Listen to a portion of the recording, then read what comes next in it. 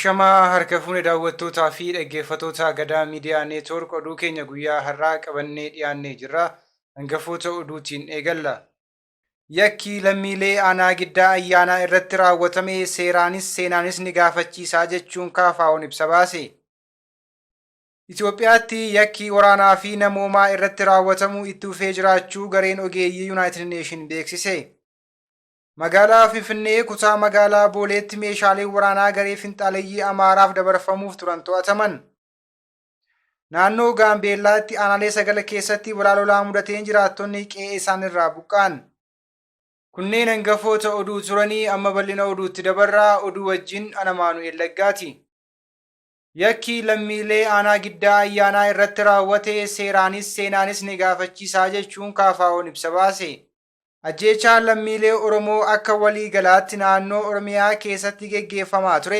Gidduu kana immoo lammiilee aanaa giddaa ayyaanaa keessa jiran irratti humna hidhatee faannoo jedhee owwaamuu fi mootummaa federaalaa wajjin quba wal qaban fakkaatuun raawwatamuusaa hubatameera. Miidiyaaleen adda addaa fi koomishiniin mirga namoomaa idil-addunyaallee kanuma dhugoomsuun gabaasaniiru. Humnoonni kun kanaan duras lammiilee Oromiyaa aanaa giddaa kiiramuu fi aanaalee adda addaa godina Horroo Guduruu Wallaggaa keessatti argaman irratti ajjeechaa suukkanneessaa wal fakkaatu fudhatanii akka turan ni yaadatama. Lammiilee aanaa giddaa ayyaanaa keessatti ajjeefaman kun konkolaataa tokko yaabbatanii du'a gahii kan deemaa turan ta'uun ala hidhata kamiyyuu wajjin hidhata tokko akka hin qabne ibsa fulbaana 15/2023 itti gaafatamaan dhimma nageenyaa aanaa sana BBC Afaan Oromootiif kenne irraa hubatameera. Humni irra deddeebii yakka wal fakkaataa raawwataa ture kun hooggantoota mootummaa federaalaa olaanaa fi paartilee siyaasaa tokko tokkoon akka wabii biyyaatti kan leellifamaa turee fi beekamtii mootummaa federaalaatiin kan hidhatee fi inumaayyuu saboota Oromiyaa keessa jiran biroorraa addatti bahanii akka hidhatan waamicha godhamaa tureen akkasumas lammiilee Itoophiyaa hayyoota Amaaraa ofiin jedhanii fi biyyoota ambaa keessa jiraatan Oromummaan cabuu qaba. Sirni federaalizimii sabdaneessaa diigamuu qaba jedhanii labsii taasisanii maallaqa walitti qabanii meeshaalee waraanaa qaama seeraan ala socho'u kana hidhachiisuun dhumaatii lammiilee kanaaf sababa ta'eera. Kana malees yeroo waraanni kaaba Itoophiyaa keessatti geggeeffamaa ture carraa meeshaa waraanaa diina ajjeesanii argatan akka dhuunfatan jedhee mootummaan labse sanatti fayyadamuun humni kun hanga funyaanitti hidhatee maqaa waraana bilisummaa Oromoo balleessina jedhuun beekamtii mootummaatiin naannoo Oromiyaa keessatti bobba'ee badii daangaa hin qabne kan raawwataa jiraachuusaa ifaan ifatti beekamaadha. Hoolaan gooftaa ishee abdattee duuba diidaa keessa ciifte akkuma jedhamu lapheen isaanis dhagaa ta'eera.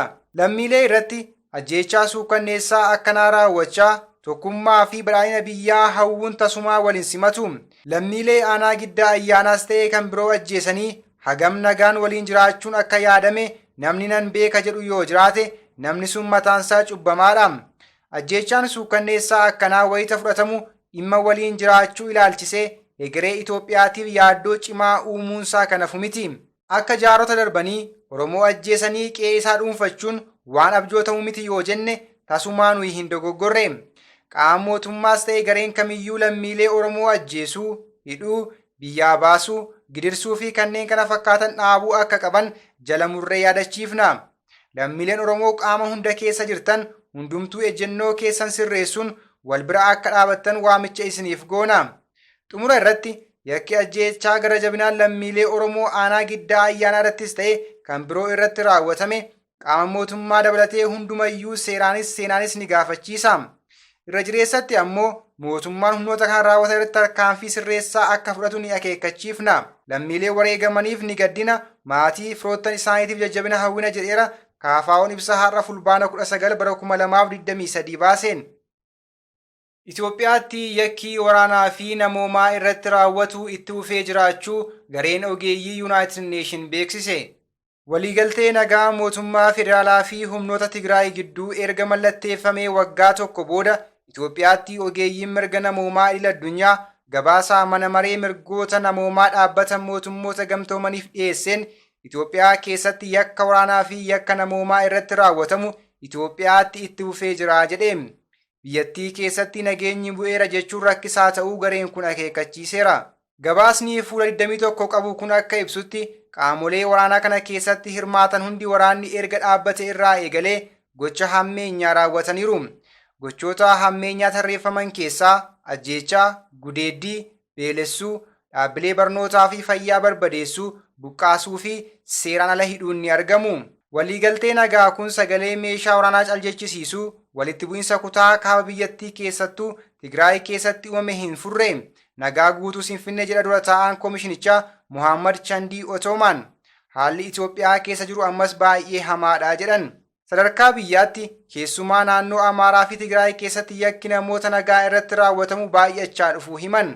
Akka gabaasa koomishinichi dhiyeessetti hammeenya hidhattoota Eertiraa fi Amaaraa Tigraay keessatti raawwatan itti fufee jira. Gudeeddii fi miidhaa saalaa dubartoota irratti raawwatamu babal'achuus akeekeera.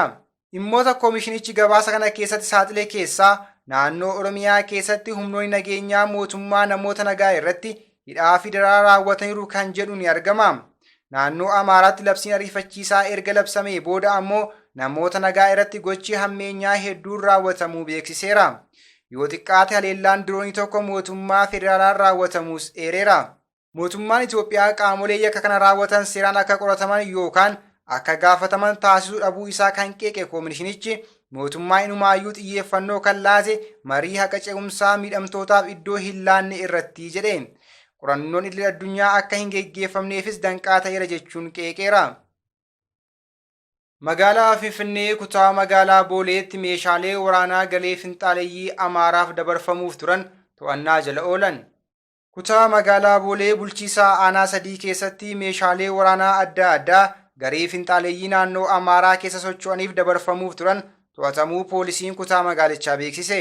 Garee finxaaleeyyii faannoo uummata Oromoo fi naannoo Amaaraa dirree jeequmsaa taasisaa jiran waliin hidhata qabaachuu fi loojistikii dhiyeessa jedhamee namni shakkame maqaan isaa obbo Geetaahuun Asfaawu jedhamu hordoffii qaamoleen nageenyaa kutaa magaalaa Boolee taasiseen to'annaa seeraa jala ooleera. Obbo Geetaahuun kutaa magaalaa Boolee aanaa Duwwaa 2 keessatti mana kireeffachuun meeshaalee waraanaa tumsa garee finxaaleeyyii kanaaf ta'u kuusaa turuu isaa poolisiin bira gaheera jedhe. Haaluma kanaan sakatta'iinsa qaamoleen nageenyaa fi poolisii waliin ta'uun geggeessaniin meeshaalee waraanaa, rasaasa, meeshaalee walquunnamtii fagoo, hidhannoo waraanaa fi meeshaalee gareen finxaaleeyyii kunneen itti fayyadaman hedduu waliin to'annaa jala oolfamee jiraachuun dhagahameera.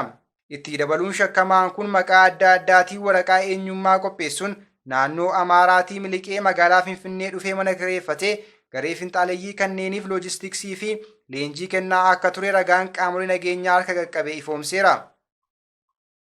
Naannoo Gambeellaa aanaalee 9 keessatti balaa lolaa mudateen jiraattonni qe'ee isaaniirraa buqqa'an.